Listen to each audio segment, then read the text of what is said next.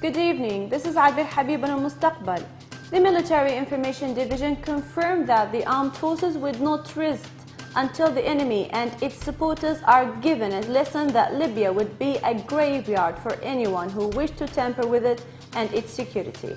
The air forces launched heavy air raids on various possessions belonging to the government of al-Wifaq and groups of mercenaries, most notably that the airstrike on the ammunition site belonging to the government of al-Wifaq at the police secondary school.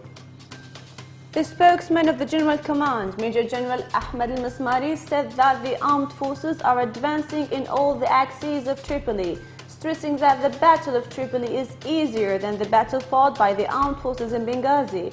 The armed forces are fighting for human rights and peace and seeking to establish a civil state, said al-Masmari.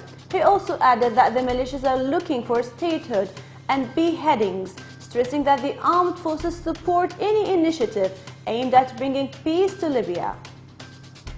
Prime Minister Mr. Abdullah Thani held a series of meetings during which he discussed the establishment of the constitutional headquarters of the parliament in the city of Benghazi, as well as the maintenance of the headquarters of Shamal Benghazi Court.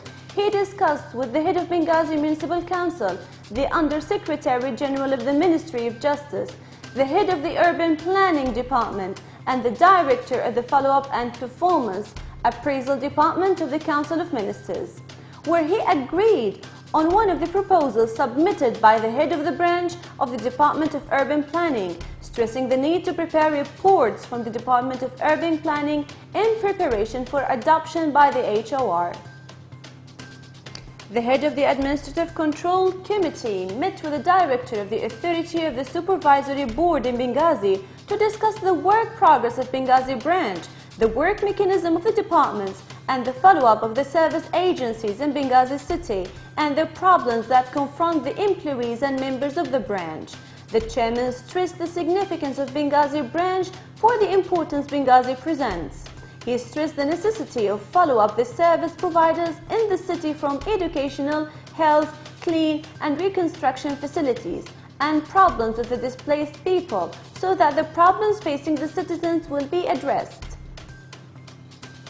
The Minister of Justice Mahmoud al-Faytouri handed over a number of motor vehicles to the head of Judicial Police to be assigned to work and solve the bottlenecks facing the agency. In addition, the detainees were transferred to courts, prosecutors and reform institutions to enable them to pursue their cases. This comes within the framework of the Minister of Justice follow-up to the daily work of the Ministry and its affiliated agencies. Now we come to the end of today's news in Al-Mustaqbal. Thank you for watching.